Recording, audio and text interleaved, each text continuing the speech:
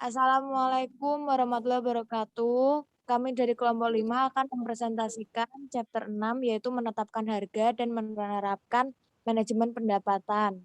Kelompok kami terdiri dari Efrido, Maudi, saya sendiri Nabila, dan Ira Prasmawati. Langsung saja ke slide pertama. Next.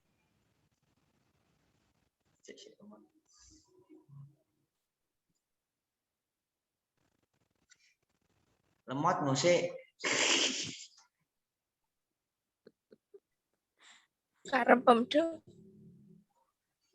Harga efektif adalah kesuksesan finansial, di mana harga efektif merupakan kunci kesuksesan pendapatan suatu perusahaan.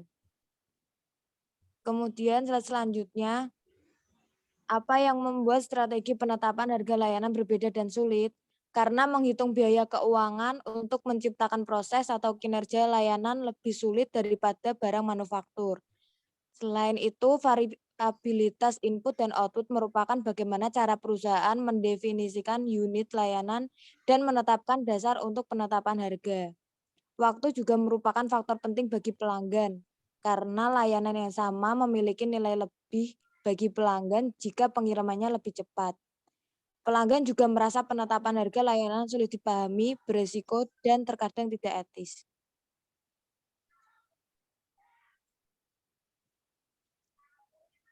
Kemudian tujuan dari penetapan harga layanan yaitu mencari keuntungan dan menutupi biaya.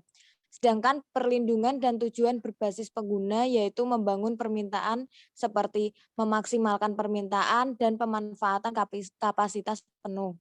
Untuk bangun basis pengguna yang dimaksud yaitu merangsang percobaan dan layanan baru, juga membangun pangsa pasar yang berbasis pengguna yang sangat besar.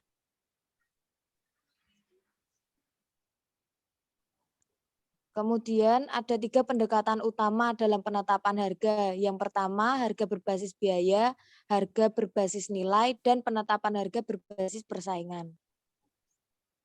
Lanjut.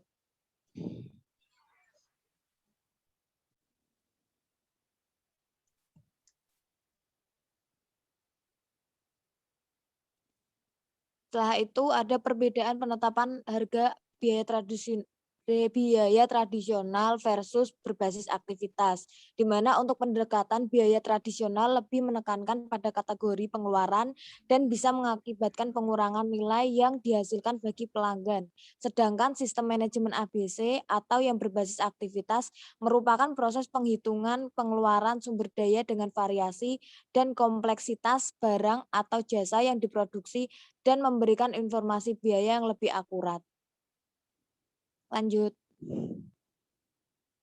Kemudian memahami nilai bersih sama dengan manfaat yang dirasakan oleh pelanggan atau nilai bruto, dikurangi semua pengeluaran yang dirasakan atau uang, waktu, upaya, mental, dan fisik. Untuk menghitung surplus konsumen merupakan sebuah perbedaan antara harga yang dibayarkan dan jumlah yang ingin dibayar pelanggan tanpa adanya pilihan lain.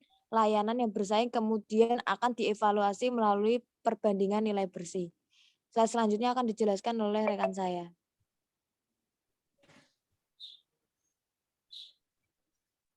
Selanjutnya, yaitu penetapan harga berbasis nilai. Strategi untuk meningkatkan nilai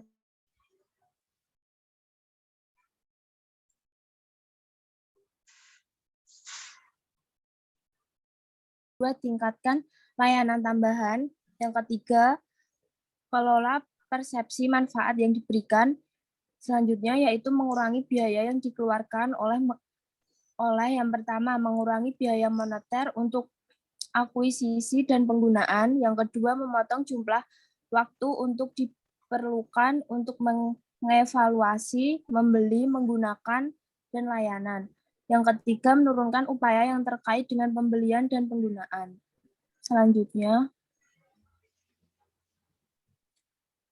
mendefinisikan total biaya penggunaan, yaitu mencari cost. Selanjutnya, biaya pertemuan, pembelian, dan layanan. Selanjutnya, pasca pembelian cost. Yang selanjutnya yaitu ada uang, waktu, upaya fisik, beban psikologis, beban sensor, dan diperlukan menindaklanjuti masalah pemecahan. Selanjutnya yaitu ada pembelian, pengoperasian kos, biaya insidentil. Selanjutnya,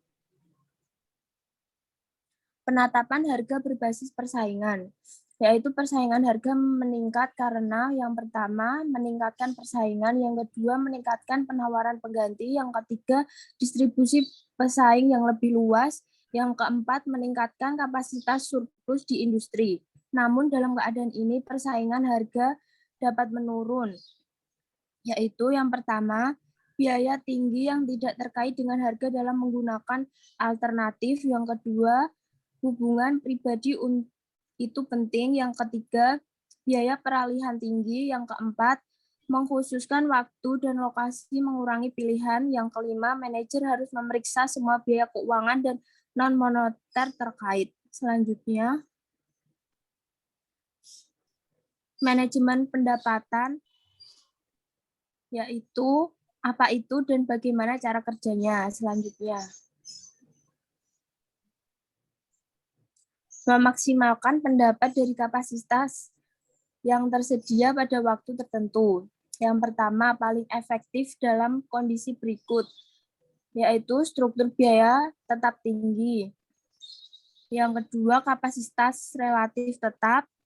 Yang ketiga, persediaan yang mudah rusak. Yang keempat, permintaan variabel dan tidak pasti. Yang kelima, memvariasikan sensitivitas harga pelanggan.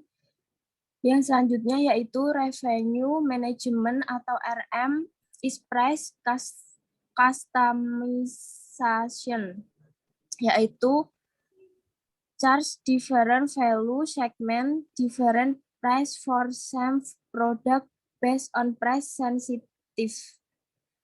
Selanjutnya, memaksimalkan pendapatan dari kapasitas yang tersedia pada waktu tertentu, yaitu RM menggunakan model matematika untuk memeriksa data historis dan informasi waktu nyata untuk menentukan beberapa harga yang harus dibebankan dalam setiap ember harga. Yang kedua, beberapa banyak unit layanan yang dialokasikan untuk setiap ember. Yang kedua, yaitu ada pagar tarif menghalangi pelanggan yang bersedia membayar lebih dari perdagangan turun ke harga yang lebih rendah atau meminimalkan surplus konsumen. Selanjutnya yaitu ada price elasticity. Bisa dilihat di sini gambarnya, dan harga jasa per unit, harga elastisitas, presentase perubahan permintaan, presentase perubahan harga. Yang di sini dicantumkan DO, yaitu permintaan bersifat elastis terhadap harga. D1, permintaan layanan tidak elastis terhadap harga. Selanjutnya, Kategori utama pagar tarif atau pagar fisik terkait produk. Untuk barangnya ada produk dasar. Produk dasar ini ada beberapa contoh, yaitu kelas perjalanan atau kelas bisnis ekonomi, ukuran dan perabotan kamar hotel, lokasi tempat duduk di teater. Yang kedua adalah fasilitas. Gratis sarapan di hotel, penjemputan di bandara, dan lain-lain. Kereta golf gratis di lapangan golf. Yang ketiga ada tingkat layanan, dan contohnya adalah daftar tunggu prioritas, peningkatan jatah bagasi, hotline layanan khusus, dan tim manajemen akun khusus. Kategori kunci pagar tingkat pagar non-fisik. Karakteristik transaksi. Yang pertama yaitu waktu pemesanan atau reservasi. Contohnya, yang pertama persyaratan untuk pembelian di muka dan harus membayar tarif penuh 2 minggu sebelum keberangkatan. Yang kedua, lokasi pemesanan atau reservasi. Contohnya yaitu penumpang yang memesan tiket pesawat untuk rute yang sama di negara yang berbeda dikenakan harga yang berbeda. Yang ketiga, fleksibilitas penggunaan tiket. Contohnya yaitu biaya atau penalti untuk membatalkan atau mengubah reservasi hingga kehilangan seluruh harga tiket. Yang kedua, biaya reservasi yang tidak dapat dikembalikan. Kategori kunci pagar tingkat pagar non-fiksi. Karakteristik konsumsi. Yang pertama ada waktu atau durasi penggunaan. Contohnya meliputi khusus burung awal di restoran sebelum jam 6 sore. Harus menginap di SAT untuk maskapai hotel. Harus tinggal setidaknya 5 hari. Yang kedua ada lokasi konsumsi. Contohnya yaitu harga tergantung pada lokasi keberangkatan, terutama dalam perjalanan internasional. Dan harga bervariasi menurut lokasi atau antar kota, pusat kota, vs tepi kota. Buyer karakteristik. Yang pertama ada frekuensi atau volume konsumsi. Contohnya adalah anggota tingkat loyalitas tertentu dengan perusahaan mendapatkan harga prioritas, diskon, atau manfaat loyalitas. Yang kedua, keanggotaan grup. Contohnya yaitu diskon anak, pelajar, warga senior, dan afiliasi dengan kelompok tertentu. Yang ketiga, ada ukuran grup pelanggan. Contohnya yaitu diskon grup berdasarkan ukuran grup. Kekhawatiran etis dalam penetapan harga layanan. Yang pertama yaitu banyak layanan memiliki jadwal penetapan harga yang rumit, meliputi sulit dimengerti, dan sulit untuk menghitung biaya penuh sebelum layanan. Yang kedua ada ketidakadilan dan kesalahan representasi dalam promosi harga, meliputi iklan yang menyesatkan dan biaya tersembunyi. Yang ketiga, terlalu banyak aturan dan peraturan, meliputi pelanggan merasa dibatasi, dieksploitasi, dan pelanggan dihukum secara tidak adil ketika rencana berubah. Merancang keadilan ke dalam manajemen pendapatan. Yang pertama ada rancang jadwal dan pagar harga yang jelas, logis, dan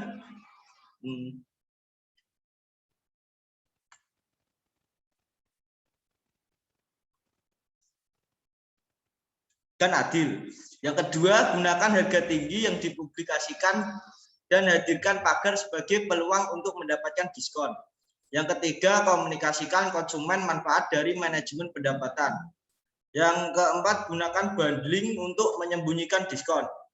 Yang kelima, jaga pelanggan kesetia dan gunakan pemulihan layanan untuk mengkompensasi pemesanan berlebih. Layanan penempatan harga dalam praktek itu adalah tindakan menentukan nilai suatu produk atau layanan dan menentukan biaya yang dibayarkan oleh pelanggan, tetapi mungkin tidak terkait dengan biaya yang dibayarkan oleh bisnis untuk menghasilkan produk atau layanan. Dan selanjutnya akan dilanjutkan oleh teman saya. Masalah harga menerapkan strategi ke dalam praktek. Ada beberapa contohnya, beberapa biayanya. Yang kedua, pada dasar penetapan harga. Yang ketiga, siapa yang harus mengumpulkan pembayaran. Yang keempat, di mana pembayaran harus dilakukan. Yang kelima, kapan pembayaran harus dilakukan. Yang keenam, bagaimana seharusnya pembayaran dilakukan. Yang ketujuh, bagaimana cara mengkomunikasikan harga.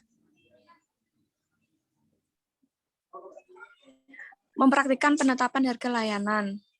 Yang pertama, berapa biayanya, yaitu harga memberikan titik awal yang berguna, lalu angka tertentu harus ditetapkan untuk harganya, kemudian perlu dipertimbangkan pro dan kontra dan masalah etika. Yang kedua, apa dasar penetapan harga terdiri dari menyelesaikan tugas, masuk ke kinerja layanan, berdasarkan waktu, nilai moneter dari layanan yang diberikan, misalnya komisi, konsumsi fisik, sumber daya, misalnya makanan dan minuman. Next.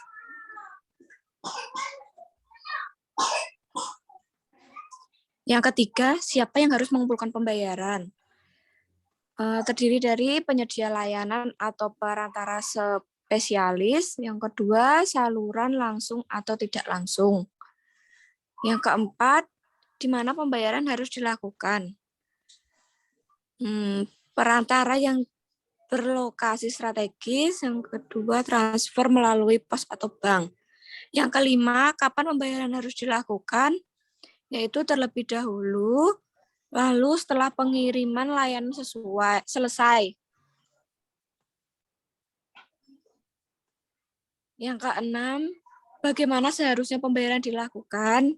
Pertama-tama tunai, kedua token, ketiga kartu nilai tersimpan, keempat transfer dana elektronik, kelima kartu tagihan bisa debit atau kredit, yang keenam voucher. Yang ketujuh, bagaimana cara mengomunikasikan harga? Yang pertama, kaitan harga dengan produk pesaing. Yang kedua, pastikan harga akurat dan dapat dipahami. Contoh kasus, menurut perusahaan KFC, penetapan harga yang tepat sangatlah penting untuk perusahaan global seperti KFC. Hal ini wilayah-wilayah di mana tempat KFC beroperasi memiliki kemampuan daya beli yang berbeda-beda. Dalam penetapan harganya, perusahaan KFC menggunakan 3 metode, yaitu 1. Penetapan harga umum. Metode penetapan harga umum adalah metode penetapan harga berdasarkan harga pesaing. Yang kedua, penetapan harga geografis. Metode penetapan harga geografis adalah metode di mana perusahaan KFC menentukan harga yang berbeda-beda di antara negara-negara yang menjadi tempat beroperasinya tergantung daripada kemampuan daya beli masyarakatnya. Yang ketiga, penetapan harga diskriminatif. Metode ini dapat diartikan sebagai metode di mana perusahaan menetapkan harga yang berbeda-beda untuk setiap produknya tergantung dan intensitas permintaan atau intensitas kualitasnya. Ringkasan, tujuan penetapan harga dan mencakup menghasilkan pendapatan dan laba, membangun permintaan, dan mengembangkan basis pengguna. 3 fondasi utama untuk menentukan harga layanan. Pertama, penetapan harga berdasarkan biaya. Kedua, penempatan harga berbasis persaingan. Yang ketiga, penetapan harga berdasarkan nilai. Perusahaan harus menyadari harga yang kompetitif tapi mungkin lebih sulit untuk membandingkan layanan daripada barang. Manajemen pendapatan. Yang pertama, memaksimalkan pendapatan dari kapasitas tertentu pada satu titik waktu. Yang kedua, kelola permintaan dan tetapkan harga untuk setiap segmen lebih dekat dengan nilai yang dirasakan. Yang ketiga, pengguna pagar tarif. Masalah etika dalam penetapan harga. Yang pertama, jadwal penetapan harga yang rumit. Yang kedua, keadilan dan kekeliruan dalam periklaman. Yang ketiga, biaya tersembunyi. Yang keempat, terlalu banyak aturan dan peraturan. Next. Terima kasih. Sekian yang bisa kami sampaikan. Jika ada yang kurang jelas, bisa ditanyakan di grup. Wassalamualaikum warahmatullahi wabarakatuh. Waalaikumsalam warahmatullahi wabarakatuh.